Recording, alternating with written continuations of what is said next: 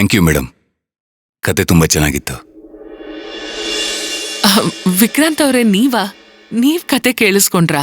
ಹೌದು, ತೇಜು ಮಲ್ಕೊಂಬಿಟ್ಟ. ನಿಜವಾಗ್ಲೂ ತುಂಬಾ ಚೆನ್ನಾಗಿ ಕತೆ ಹೇಳ್ತೀರಾ. ಅವನ್ಗೆ ನಾನ್ ಕತೆ ಹೇಳಿದ್ರೆ ಇಷ್ಟ ಆಗಲ್ವಂತೆ. ನಿಮಗೆ ಕತೆ ಹೇಳೋದಕ್ಕೆ ಬರಲ್ಲಪ್ಪ ಅಂತಾನೆ. ಬಟ್ ಅವನ್ ಹೇಳಿದ್ರಲ್ಲಿ ತಪ್ಪೇನಿಲ್ಲ ಬಿಡಿ, ನನಗ್ ಕತೆ ಹೇಳೋದಕ್ಕೆ ಅಷ್ಟು ಚೆನ್ನಾಗಿ ಬರಲ್ಲ. ಟ್ರೈ ಮಾಡಿ, ಬರುತ್ತೆ. ಅದೇನು ಬ್ರಹ್ಮವಿದ್ಯೆ ಅಲ್ಲ. ಬೇಡ ಬೇಡ, ಮಕ್ಳಿಗೆ ಯಾವತ್ತಿದ್ರೂ ತಂದೆ ಹೇಳೋ ಕತೆಗಿಂತ ತಾಯಿ ಹೇಳೋ ಕತೆನೇ ಇಷ್ಟ. ಹೌದು, ಮಕ್ಳಿಗೆ ತಾಯಿನೇ ಎಲ್ಲ. ಹಾಗಂತ ತಂದೆ ಲೆಕ್ಕಕ್ಕಿಲ್ಲ ಅಂತ ಅಲ್ಲ.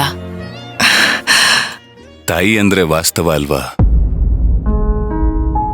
ಇತಿಹಾಸ ಎಷ್ಟೇ ಭವ್ಯವಾಗಿದ್ರೂ ಜಗತ್ತು ಆ ವಾಸ್ತವಕ್ಕೆ ಬೆಲೆ ಕೊಡೋದು.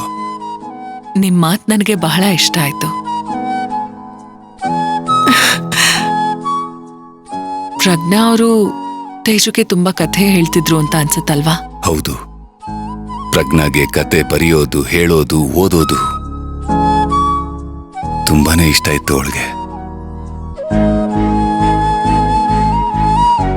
ಆಕ್ಚುಲಿ ಅವಳಿಗೆ ತುಂಬಾ ಇಷ್ಟವಾದ ಜಾಗ ಅಂದ್ರೆ ಲೈಬ್ರರಿ. 24 ಗಂಟೆ ಲೈಬ್ರರಿಲಿ ಇದ್ಬಿಡು ಅಂತ ಹೇಳಿದ್ರು ಇದ್ಬಿಡ್ತಿದ್ಲು. ಅವಳ ಜಗತ್ತೇನ್ ಗೊತ್ತಾ?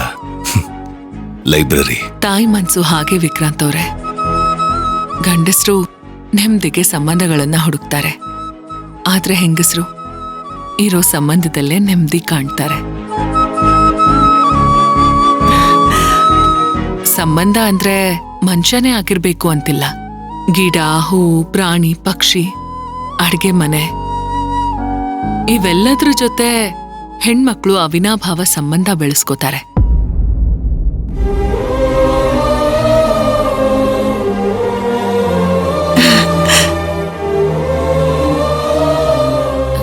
ಸಾರಿ.